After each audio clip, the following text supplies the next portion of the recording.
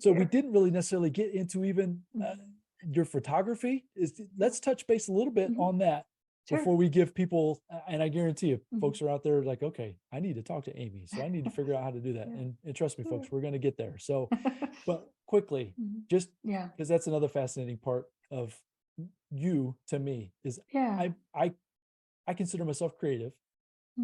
And so I love photography. We've had a little bit of discussions about it. So, but your ability to capture images is it's extraordinary. I don't even know how else to put it. It's fantastic. Thank you. Yeah. So talk a little bit about that. You've traveled, you're a world traveler. You've experienced some very cool things and captured them.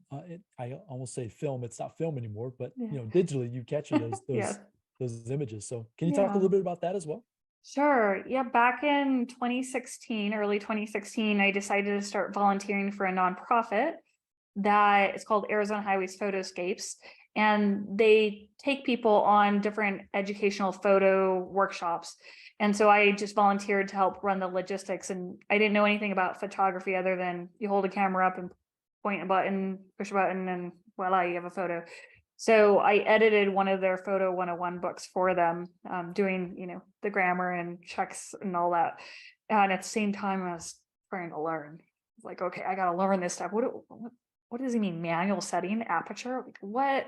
So I went through that, trying to learn as much as possible so I could be somewhat of use in these workshops that I was volunteering to help with. And so I did that for several years and just try to learn, listen. Same thing as what I did with the investment courses. Just sit back, shut your mouth and listen. But I had always been fascinated by art and beauty and how to make things look just peaceful. And so it first started with landscapes because I found that easier because you just look at one thing and just make sure your lighting is correct. And you want to create a good composition and make sure everything just helps your eyes move around the page or the photo.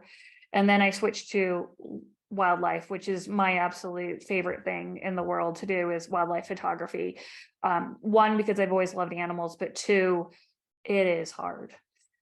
It's really hard. I always go for the hard things because you have to get the animal looking at the right direction or tell some emotion or tell some story, but the background matters, the lighting matters, and they don't listen to us. They have a mind of their own. And so it's like, okay, I can't control it. Okay, that's why I'm interested, because I can't control it. And so I have to figure out how to get better and more in tune with the animals and their lifestyle so I can do a good job representing their beauty. Well, you, from what I've seen, because you produce a calendar, at least, I don't know how many years in a row you've done this now. I guess maybe it's 2 or 3. I think it's like 6 now. Has it been that many? I think it's been since 2016, so maybe 7. I've lost track. Okay.